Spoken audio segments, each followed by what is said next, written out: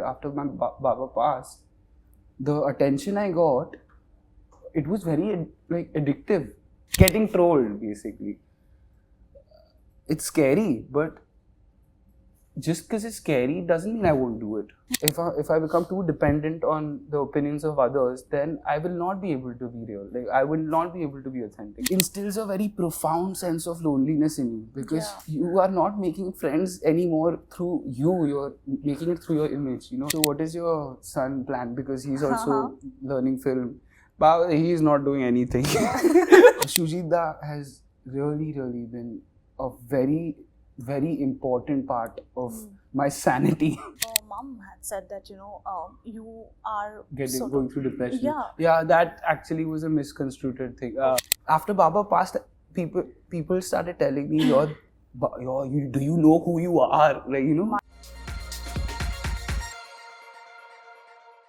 Hello everyone, welcome to News 18. I'm Titash Chaudhary in conversation with Babil Khan. Hi.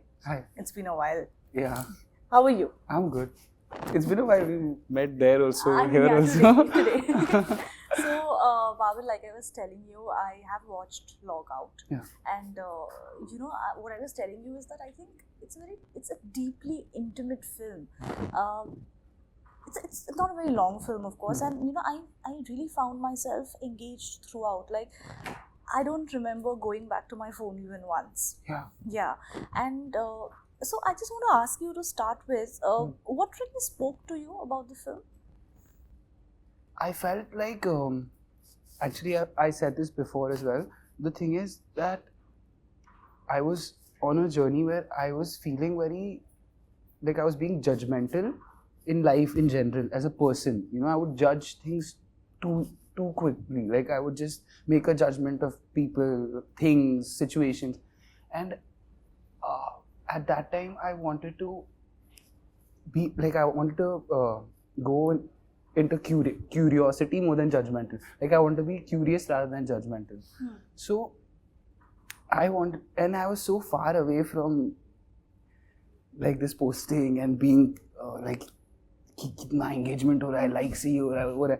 I wanted to explore ki kyun log, like what people feel when they do this. What is that motivator that pushes them to surrender their entire life to their self-worth, their individuality, their authenticity, to the dopamine release of a like and the validation that is coming externally from a platform, which is not, it just doesn't really exist in, you know what I mean, like in I just wanted to understand that. I just wanted to understand how your self-worth is lost and validation becomes more important. In the sense that, I'll word it better for you. Like, I was feeling at that time that we are giving away our self-worth for validation and then hating ourselves and denying that we're hating and becoming arrogant in the process. Sure. And because of that, I felt like also it impacted a lot of other things like our environment and the ocean. That's a different story altogether. But more than anything, it was just to explore why would we want to lose our self-worth for validation? Sure, absolutely. This epiphany that you're talking about, that I'm sorry about that. Yeah. No. I just want to know, did it hit you after you began your journey as an actor, or was it something you always thought about? Basically after the first validation came in, and everybody started following that whole thing. Where after my Baba passed, the attention I got, it was very like addictive. The people telling me that loving me. I've always wanted to be loved. Since a child, you always want to be loved, right? So that suddenly people loved me so much, and I got it. I didn't realize that I was getting addicted to it. I thought I was going in a good way, in a kind. I was kindly, gently going into that world. But the truth was that I was actually getting addicted to the validation, and I was depending on my self. Like I was depending my self-worth to be evaluated by the opinions of others. And then slowly, I think life started teaching me that. Yeah. But yeah, at that point, by the time we reached this, I had given the audition for this. I had started to realize that, but also wanted to understand the other side of it. Okay. Right? So you auditioned for this one? Yeah, of course. This was Yeah. after Kala? Yeah. Okay. Yeah, Kala. Yeah, after Kala, after Friday Night Plan, and after Reframing. Yeah. Okay, all right, Yeah. okay. For almost, let's say 70% of the film on screen, for an audience, it's just you, doing things around the house, and then even when you're chatting with this person, we're not going to give away too much, but it's just you, Babil. I just want to understand, as an actor, when it's just you on screen, there are cameras around you, does it give you that field to play around with a lot, because you know that, since I'm alone, I can do a lot more, I can improvise a lot more? Or do you think the lack of a co-actor, because there's no reaction that you're getting from the other end, does that become challenging? Yeah, that's a very, very good question, by the way. It was very challenging because I really depend on my co-actor. I feed off their energy, I feed off what is happening, I feed off the environment. I'll use the props, but the thing is that there was nothing. So I had to, for the first time, act. Like before that, I was always reacting, and that's what acting was for me. But this film taught me the craft of it. I had to land every line on the beat because the pacing of the film would get affected. And this film had to be paced properly, and I don't know how Amit sir has done this, and because Biswa sir's writing is very intricate, like it's very there's a loophole inside a loophole inside a loophole. So yeah, I had to land every beat on time while not reacting to anything. So I had to trust my imagination. It was like going to an acting school and learning the craft, basically. Like for the first time, I had to use my imagination and trust it. That it would take me to the space I need to go without needing a person to interact with me and feeding off their energy. I had to trust myself. Yeah. Right. you're coming to your personal social media page, especially Instagram, I think you treat it in a very personal, intimate way. You're not afraid to talk about what you're dealing with. Are you? Because it's not visible. You You so openly talk about things like loneliness. Yeah, but that's the thing. I feel like it's okay to be scared, but you should do it. Like, I think if you're feeling something and you have a way of expressing it, express it. It's scary, but I'm not, like, every time I post, I'm scared because I know that I know what might happen, right? The fear of what ifs and what, like, the constant barrage of people telling you that you're whatever, like getting trolled, basically.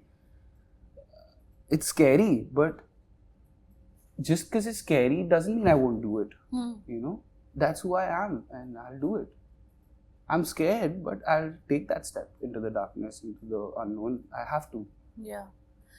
Is there, however, a pressure, and see, this pressure is, let's say, more external than internal, to keep it more light, fluffy, or mainstream?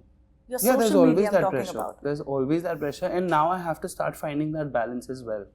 Because I do want to, I feel like social media has it has its benefits, very strong benefits on commerce of art. Yeah. Because in a capitalist society, art cannot exist without the commerce. And social media does give you a great opportunity to, like before social media, all you could depend on was posters, advertisements on televisions. Now you do a post and people know about your film. You don't have to spend a single penny. So in that way, there are lots of benefits to social media, but it's just that it's important as an individual to find a balance between you losing your authenticity over it and you using social media is using you. You know what I mean?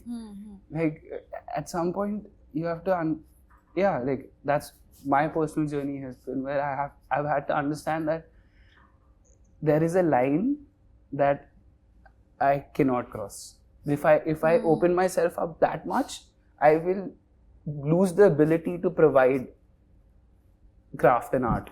Sure. I will lose, because if I become too scared of being myself, if I become too dependent on the opinions of others, then I will not be able to be real. Like I will not be able to be authentic. I will not be able to share. Yeah. And I feel like if you can't share authentically, then there's a problem. There is a problem. You need to fix it.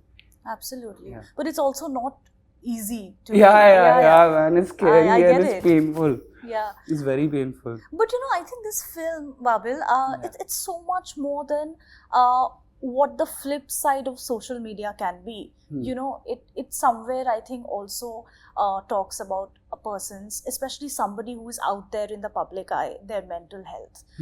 Also somewhere, despite how connected we are today because of social media, I think we are lonelier than before. Yeah. Man, yeah.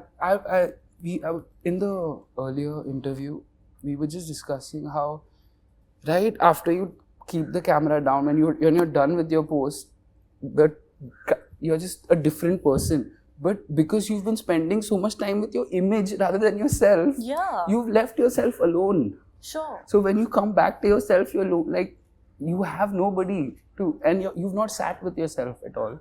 You've only sat with your image. You're constantly interacting with people through your image, not yourself. And what that does is, I feel like it instills a very profound sense of loneliness in you, because you are not making friends anymore through you. You're making it through your image. You know what I mean? Like it's like in school, when we try to be cool, and when we try to make friends or whatever. We always try to make an image and communicate through that. And that's why those teenagers are so hard, because you're so lonely, even though you have friends, or perhaps you don't, but it's just because you're acting through an image, you're trying to fit in, all of that. I feel like the more you can find a balance and be authentic, the lesser, like you'd be okay with loneliness. It's not that you wouldn't feel lonely. I just feel like you'd be okay with loneliness. It'd be okay to be lonely. Yeah. How are you navigating that? I'm getting better at sitting with myself. Okay. And sitting with the pain. Also being okay with not being happy. I feel like in our society, happiness is pushed onto us as a product. Be happy, be happy, be happy. Sometimes you're not happy. There's a word for it now. It's called toxic positivity. Yes. Okay. Great. Wow. Wow. Thank God I have a word for it. Now I don't have to. Now I'm going to use this in every other interview. Yeah. So toxic positivity. Yeah. I think it kills you inside. It does. I was speaking to Shujit Sarkar a while back last year. He said this. He said that, I feel so protective about Babil. I almost feel like a father figure to him. He is. And, he interestingly told me this, that while Babil was growing up in early teenage years, Irrfan sir used to be so scared that he's not serious about his life. What is he going to do? And he used to keep going to Shujit sir and tell कि ये लड़के का क्या होगा. And then Shujit sir used to say, कर लेगा वो. Yeah, बाबा ने तो राउंड टेबल पे भी किया है. राउंड टेबल पे Rajiv Masan sir was asking him, so what is your son plan? Because he's also learning film. But he is not doing anything on the round table, he said. But Shujit Da has really, really been a very, very important part of my sanity. Yeah, and in a very practical way. He says, clean your room first, then we'll talk. So I clean my room because I really want to talk to him. So I clean my room. And then he'd be like, now you have place to play football. Dribble the ball. He'd bring me back to my roots. I think that's the most, and in his, I think Piku is a masterpiece, first of all. Sorry, I'm talking about another Logout. But no, but it is. Yeah. And in that, there's a dialogue where he says, "Who are you without your roots?" Baba says to Deepika, "If you lose your roots, then who are you?" And I find that as I go on with my life, that dialogue becomes more and more true for me. So yeah, he brings me back to my roots. You're working with him, right? Yeah, I am. I don't know. I don't know if I'm allowed to say that without his problem. permission. So, we were talking about protecting one's mental health and how difficult it gets. I remember last year, your mom had said that, you are going through depression. Yeah, that actually was a misconstrued thing. Yeah, a lot of people got really worried for me because of that. My mother was, it was not, there's a problem in that. Like, it's not a genuine but thing. You're okay. That's good. Of course, But see, the thing is, I'm never scared of talking about it. Absolutely. Like, the pressure is insane, but the pressure is also extremely important. Like, if I did not have my adversities, I would not be able to, like, I would feel like, how do I say, after Baba passed, people started telling me, do you know who you are? Like, My God, that can be so unnerving. Exactly. Yeah, but I feel like the adversities make you who you are. The way you navigate through your adversities, they make you, they evolve. They help you evolve. So I think it's very important. That pressure is important, and the way you respond to the pressure is important. You can't change the fact that you are going to get pressurized, or life will challenge you in multiple ways and in every angle. Sure. But the way you respond to it is in your control. Absolutely. That is all I can do, right? Yeah, sure. But on that note, Babil, thanks for such a lovely, insightful chat. I look forward to chatting again with you. Yes. But all the very best for Logout. Thank you so much. I really hope. And you had good questions, man. Honestly. Thank you so much. Means a lot. Seriously. See, this is the validation that is very important. Yeah. But this was it's honest. Like, it was truthful validation. Absolutely. So I think it was not validation. I think it was like just an admiration for the work that you put into today's interview. Thank you so much. Means a lot. Thank you. Hi, I'm Babil, and you're watching me on News 18.